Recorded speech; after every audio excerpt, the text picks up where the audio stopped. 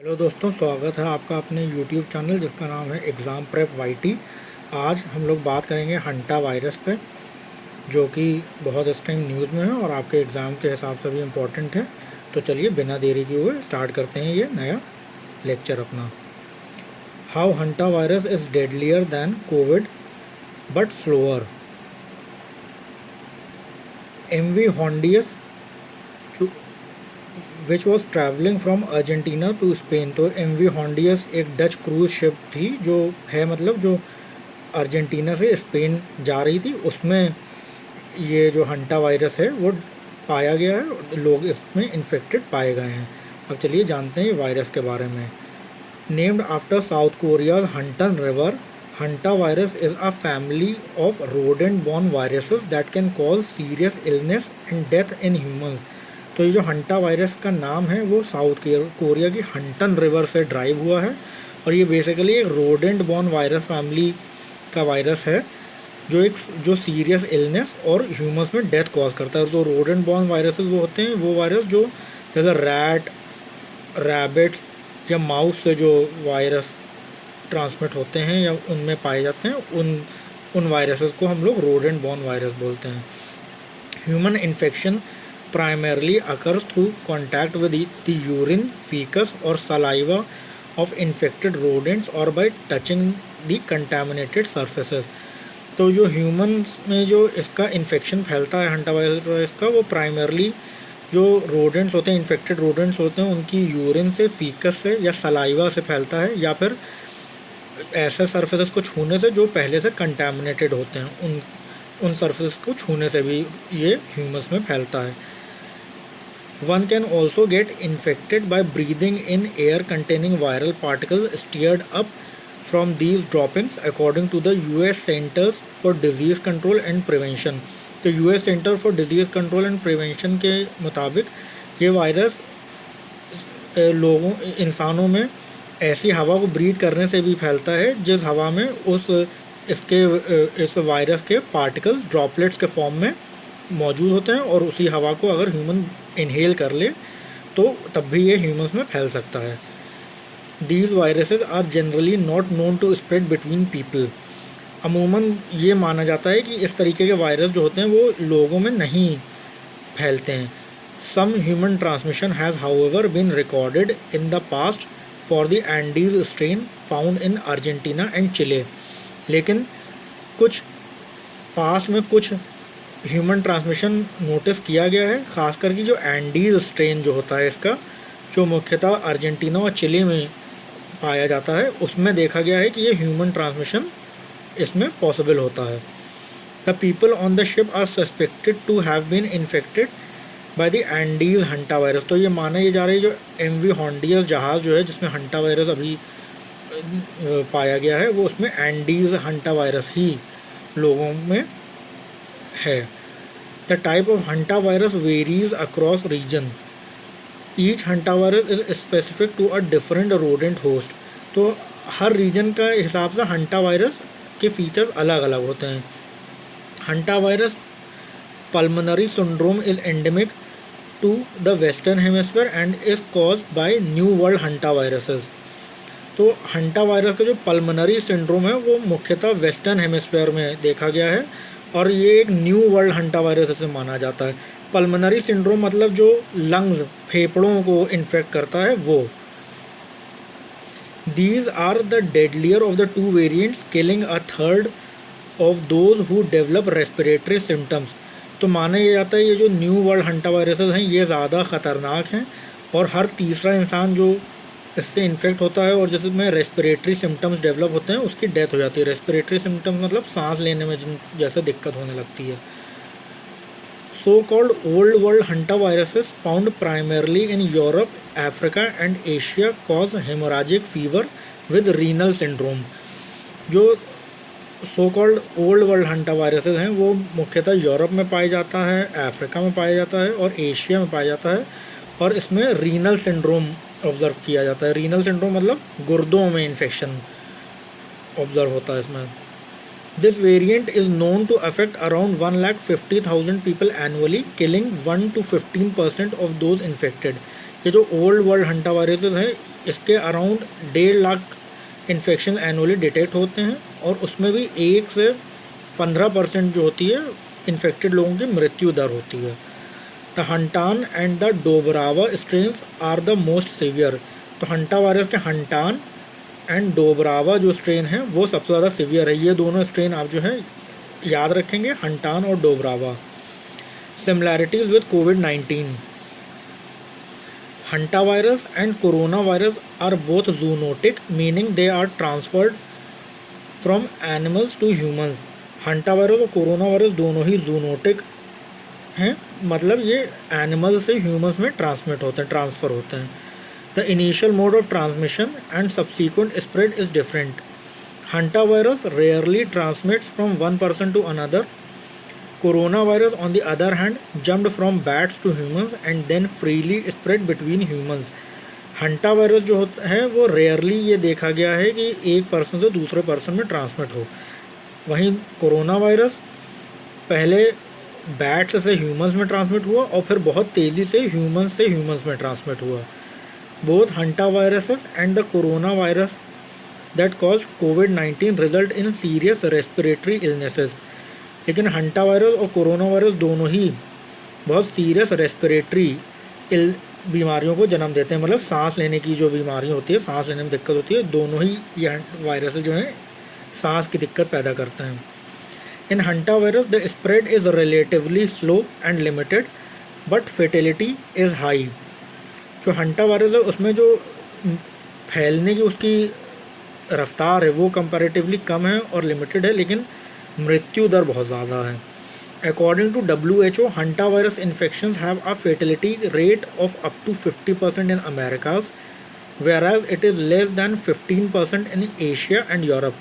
WHO के मुताबिक hanta virus infection की जो मृत्यु दर है वो लगभग 50% करीब है अमेरिकाज वाले रीजन में, और एशिया और यूरोप के रीजन में 15% से भी कम है। Covid had spread at a much faster rate and infected hundreds of millions of people worldwide. वहीं कोविड जो है उसका जो फैलने की दर थी वो बहुत तेज़ थी और दुनिया भर में उसने मिलियंस ऑफ लोगों को इन्फेक्ट किया था।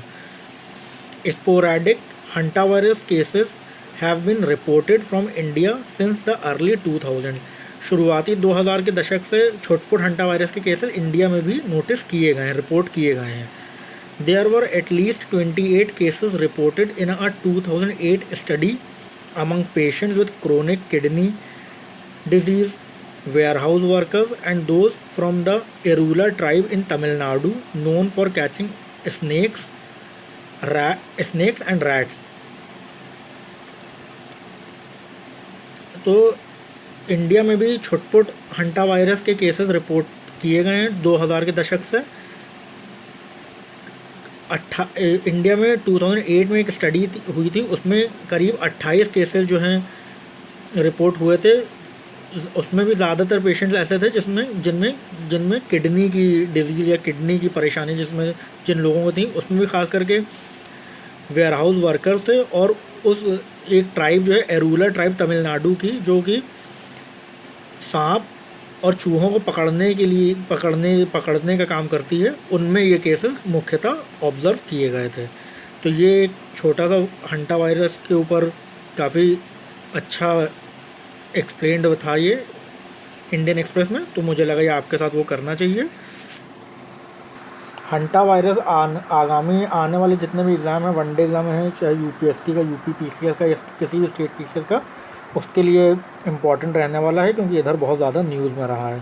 ठीक है, चलिए अब अगली न्यूज़ की तरफ बढ़ते हैं, जो इंडिया और वियतनाम के बायलैटरल रिलेशन से जुड़ी हुई है। India Vietnam elevate ties to enhance comprehensive strategic partnership. India and Vietnam decided to elevate bilateral ties to enhance comprehensive strategic partnership, set a new trade goal of $25 billion by 2030, and increase defense systems procurement between the two countries after Prime Minister Narendra Modi met the visiting President of Vietnam, To Lam। तो हाल ही में जो Vietnam के president हैं उनकी भारत यात्रा हुई। Vietnam के जो प्रेसिडेंट हैं उनका नाम है टो लैम, और इस भारत यात्रा के दौरान दोनों देशों ने अपनी जो बायलैटरल रिलेशंस थे, बायलैटरल टाइज थे, उनको इन्हांस्ड कॉम्प्रहेंसिव स्ट्रैटेजिक पार्टनरशिप के लेवल पे एलिवेट किया है।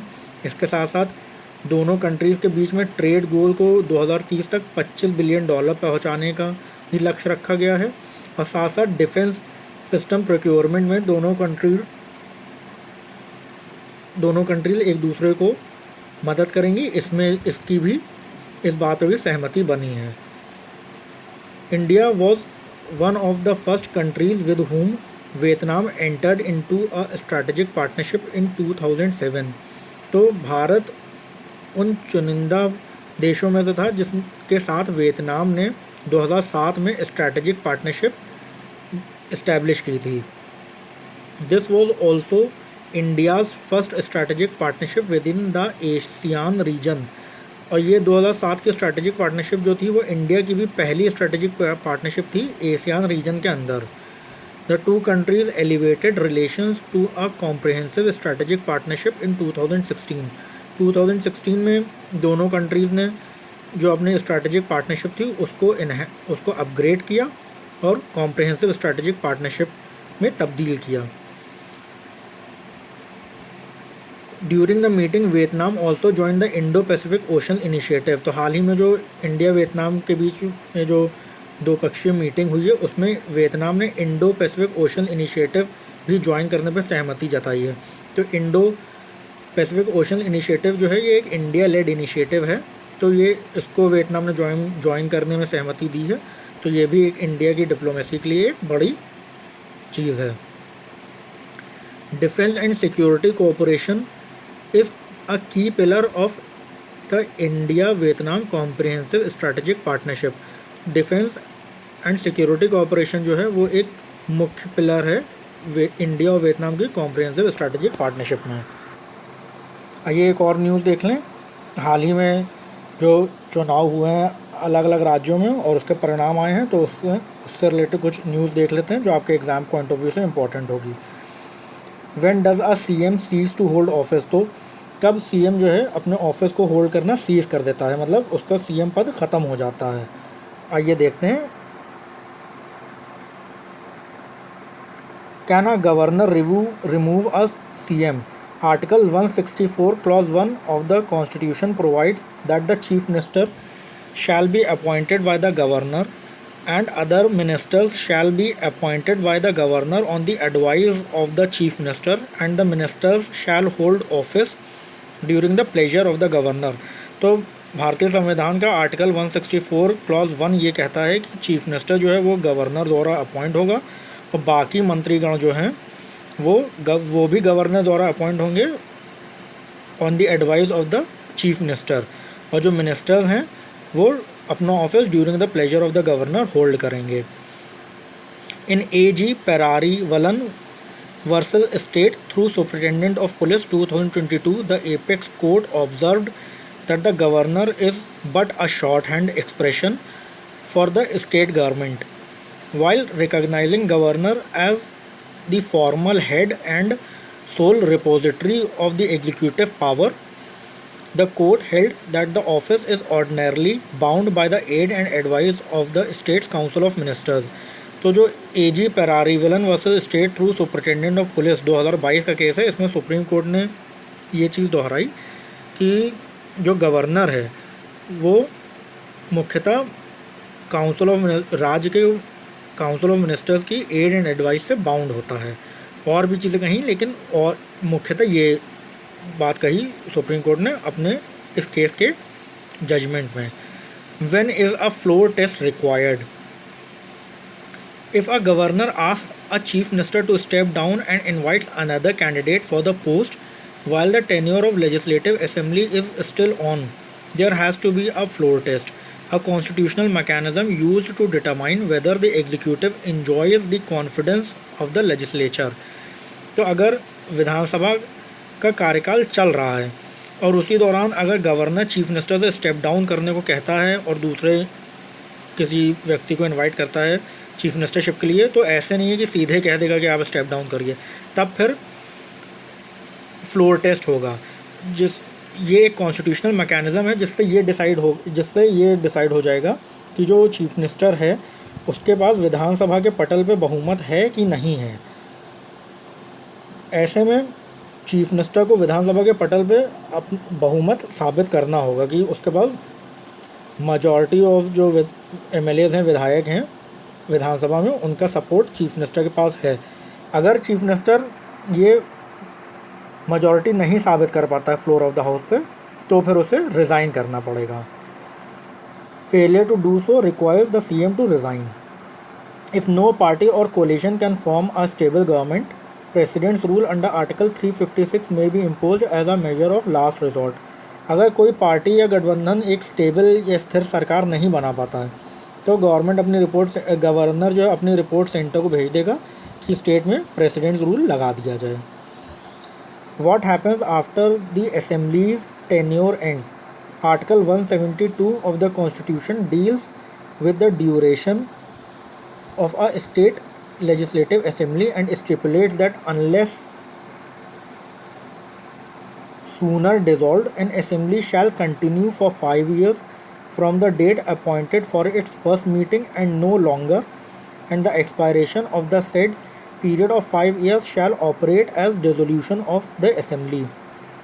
तो आर्टिकल 172 जो है कॉन्स्टिट्यूशन का, वो जो है विधानसभा के कार्यकाल से संबंधित है और ये कहता है कि अगर विधानसभा पहले भंग नहीं की गई है तो जो विधानसभा की पहली मीटिंग की जो डेट थी उससे 5 साल तक का विधानसभा का कार्यकाल रहेगा।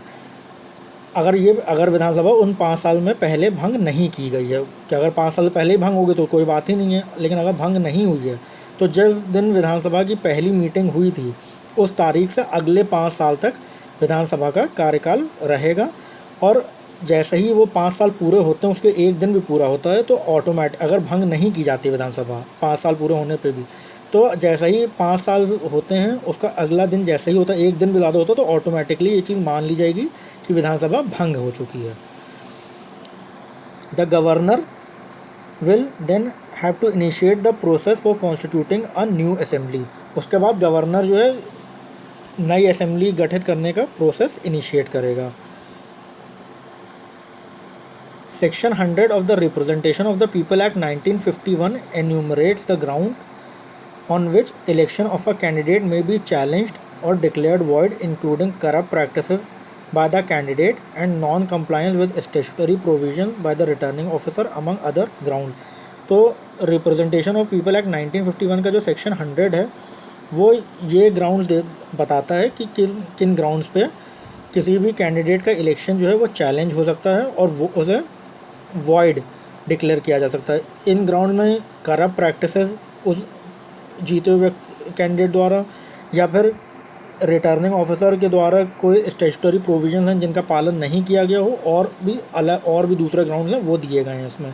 लेकिन ये चीज़ ध्यान रहे कि ये जो इलेक्शन पिटीशन है वो हाई कोर्ट में रिज़ल्ट के डिक्लेरेशन के, उस कैंडिडेट के रिज़ल्ट डिक्लेरेशन के 45 दिनों के अंदर ही फाइल होनी चाहिए, उसके बाद नहीं हो सकती। तो ये एक छोटा सा आर्टिकल था जो मुझे लगा आपके एग्ज़ाम के हिसाब से काफ़ी इन्फॉर्मेशन है। तो चलिए कि कैसा लगा आपको ये वीडियो कमेंट बॉक्स में ज़रूर बताइएगा, और जाने से पहले वीडियो को लाइक करना, शेयर करना और चैनल को सब्सक्राइब करना मत भूलिएगा। बहुत जल्दी मिलते हैं अगले वीडियो में। बहुत बहुत शुक्रिया।